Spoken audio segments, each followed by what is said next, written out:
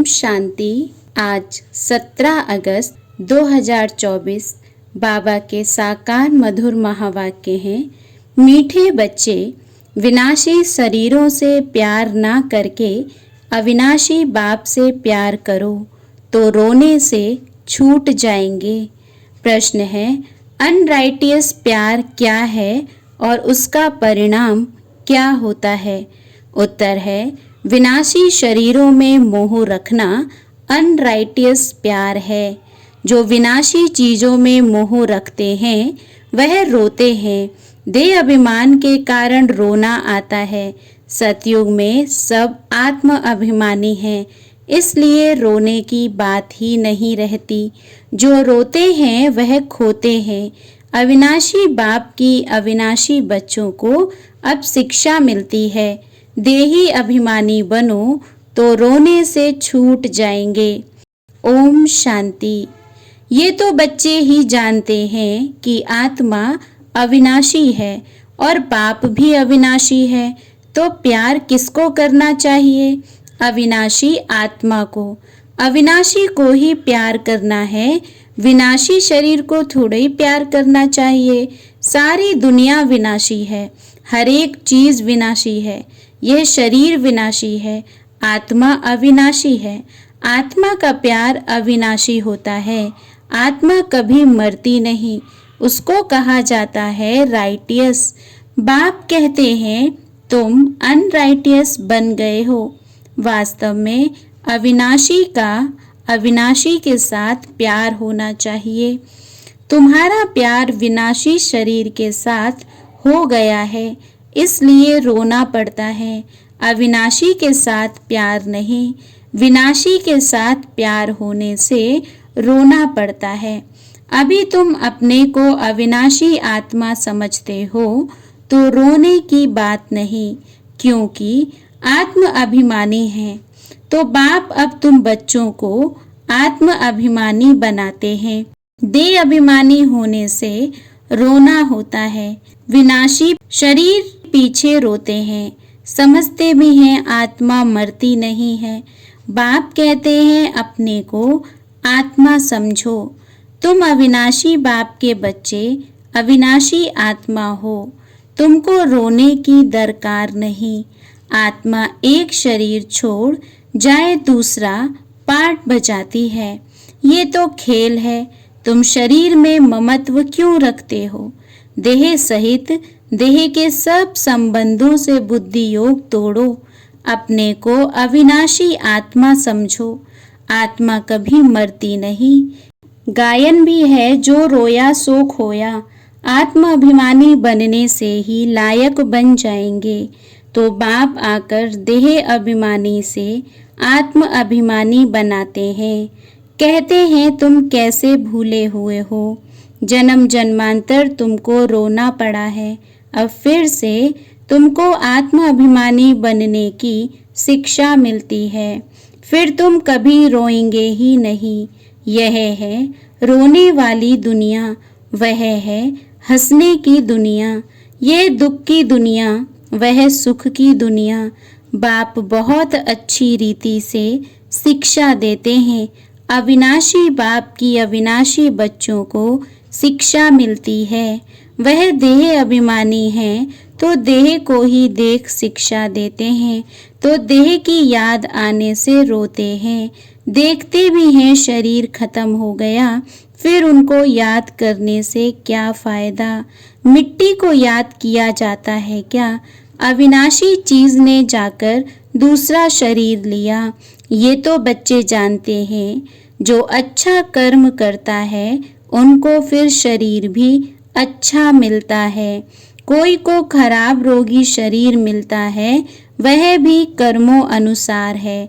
ऐसा नहीं कि अच्छा कर्म किया है तो ऊपर चले जाएंगे। नहीं, ऊपर तो कोई जा नहीं सकते। अच्छे कर्म किए हैं तो अच्छा कहलाएंगे। जन्म अच्छा मिलेगा, फिर भी नीचे तो उतरना ही है। तुम जानते हो कि हम चढ़ते कैसे हैं। भल अच्छे कर्मों से कोई महात्मा बनेगा, फिर भी कला तो कम होती ही जाएगी। बाप कहते हैं फिर भी ईश्वर को याद कर अच्छा कर्म करते हैं तो उनको अल्पकाल क्षण भंगुर सुख देता हूँ। फिर भी सीढ़ी नीचे तो उतरना ही है, नाम करके अच्छा हो। यहाँ तो मनुष्य अच्छे बुरे कर्मों को भी नहीं जानते हैं। रिद्धि सिद्धि वालों को कितना मान देते हैं, उन्हों के पिछाड़ी मनुष्य जैसे हैरान होते हैं। है तो सारा अज्ञान। समझो कोई इनडायरेक्ट दान पुण्य करते हैं, धर्मशाला हॉस्पिटल बनाते हैं तो दूसरे जन्म में उसका एवजा जरूर मिलता है।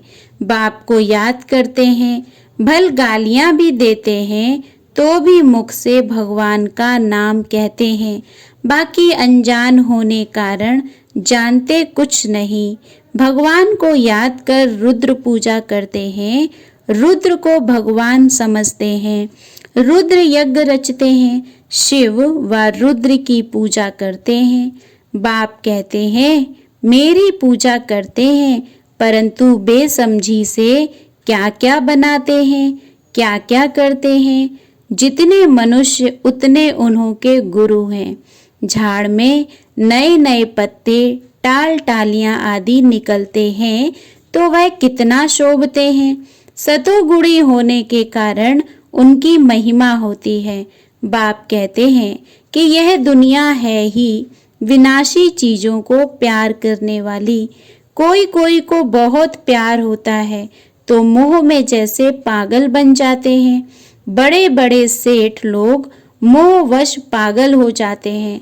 माताओं को ज्ञान न होने कारण विनाशी शरीर पिछाड़ी विधवा बन कितना रोती हैं। याद करती रहती हैं अभी तुम अपने को आत्मा समझ दूसरे को भी आत्मा देखते हो तो जरा भी दुख नहीं होता। पढ़ाई को सोर्स ऑफ इनकम कहा जाता है। पढ़ाई में एम ऑब्जेक्ट भी होती है, परंतु वह है एक जन्म के लिए। गवर्नमेंट से पगार मिलता है, पढ़कर धंधा धोरी करते हैं तब पैसे आदि मिलते हैं।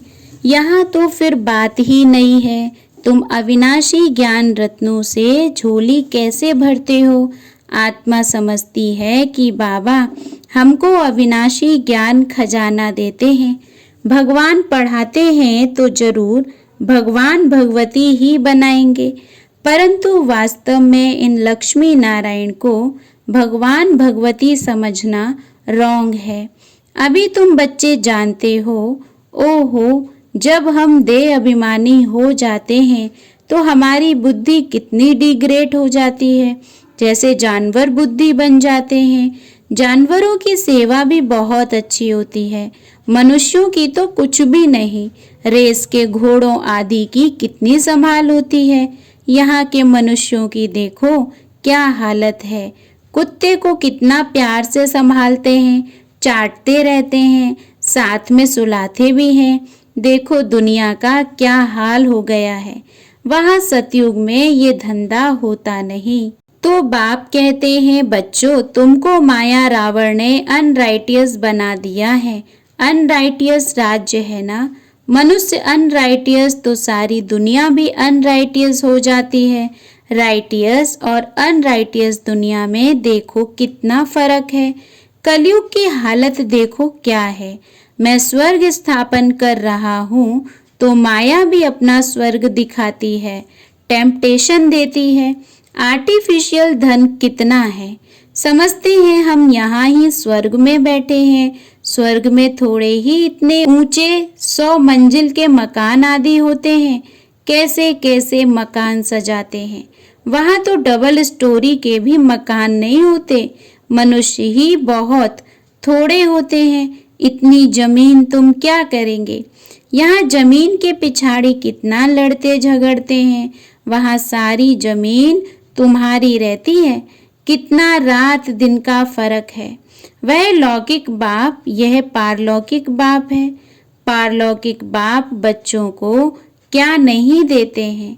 आधा कल्प तुम भक्ति करते हो, बाप साफ कहते हैं इनसे मुक्ति नहीं मिलती है, अर्थात मेरे से नहीं मिलते।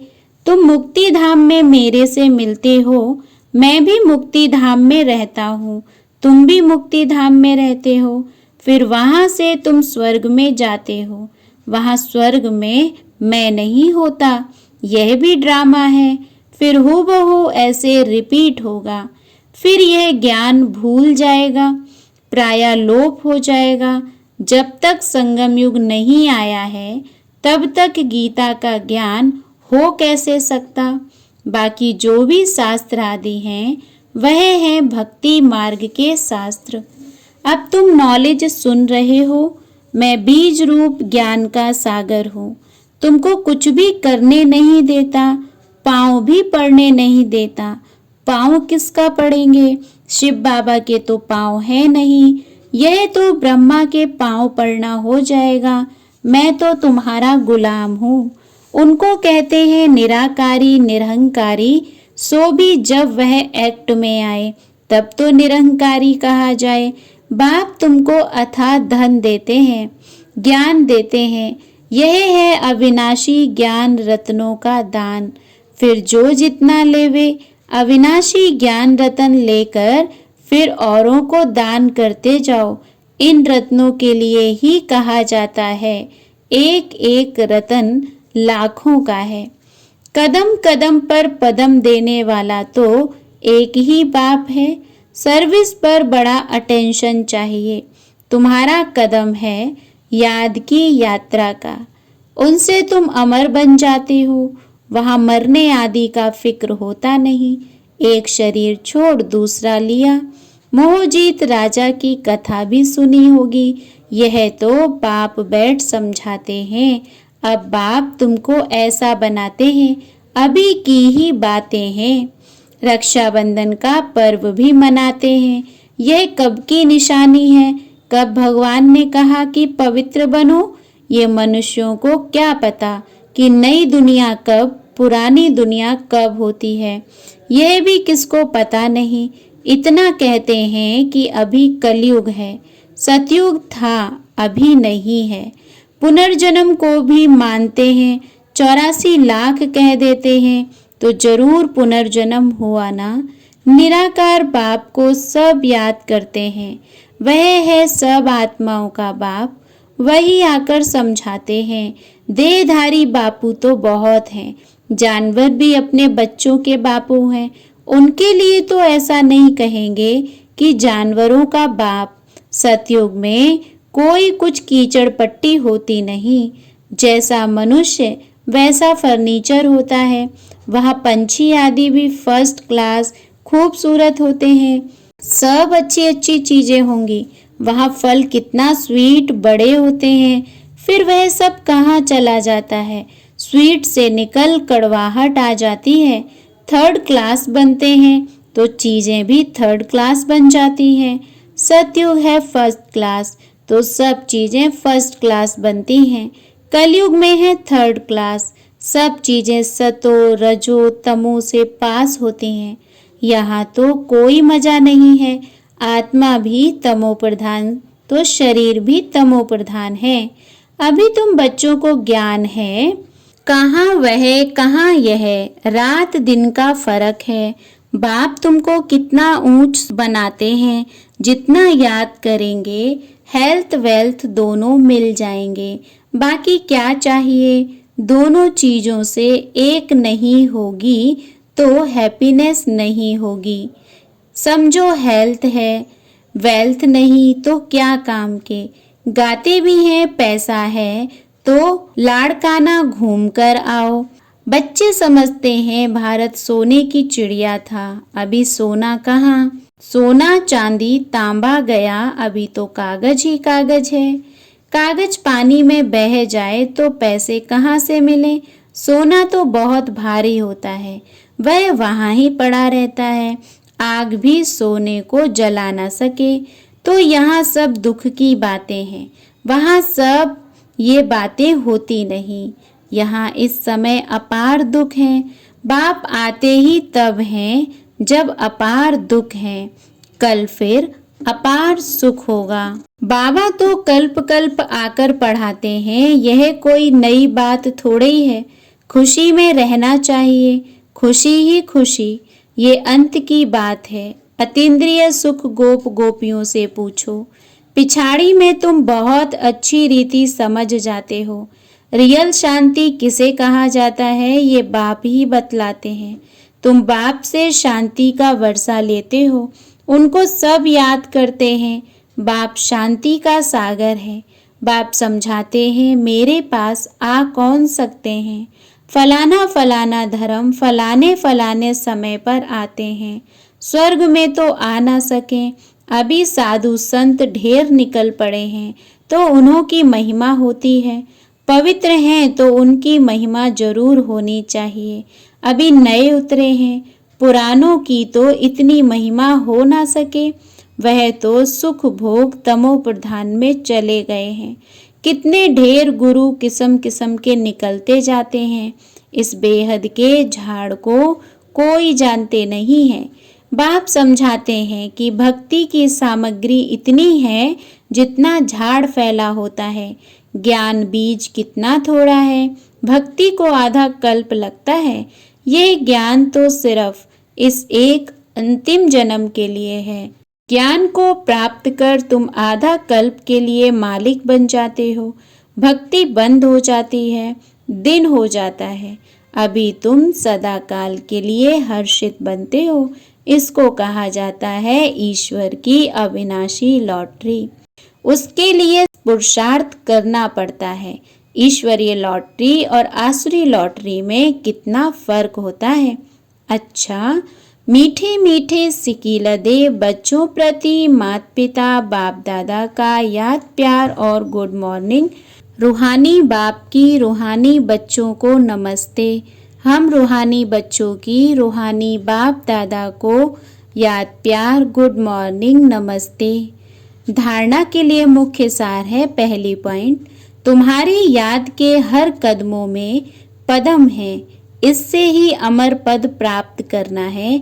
अविनाशी ज्ञान रतन जो बाप से मिलते हैं उनका दान करना है। दूसरी पॉइंट है, आत्म अभिमानी बन अपार खुशी का अनुभव करना है। शरीरों से मोह निकाल सदा हर्षित रहना है, मोह जीत बनना है। आज का वरदान है, हर घड़ी को अंतिम घड़ी समझ सदा रूहानी मौज में रहने वाली विशेष आत्मा भव। हर घड़ी को अंतिम घड़ी समझ सदा रूहानी मौज में रहने वाली विशेष आत्मा भव।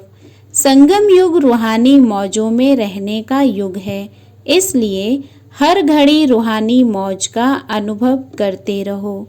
कभी किसी भी परिस्थिति या परीक्षा में मूंझना नहीं, क्योंकि यह समय अकाले मृत्यु का है।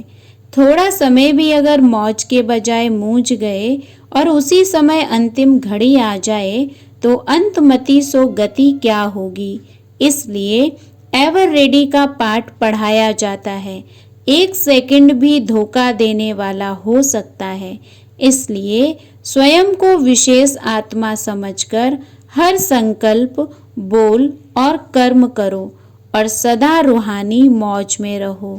स्लोगन है, अचल बनना है तो व्यर्थ और अशुभ को समाप्त करो। अचल बनना है तो व्यर्थ और अशुभ को समाप्त करो। ओम शांति।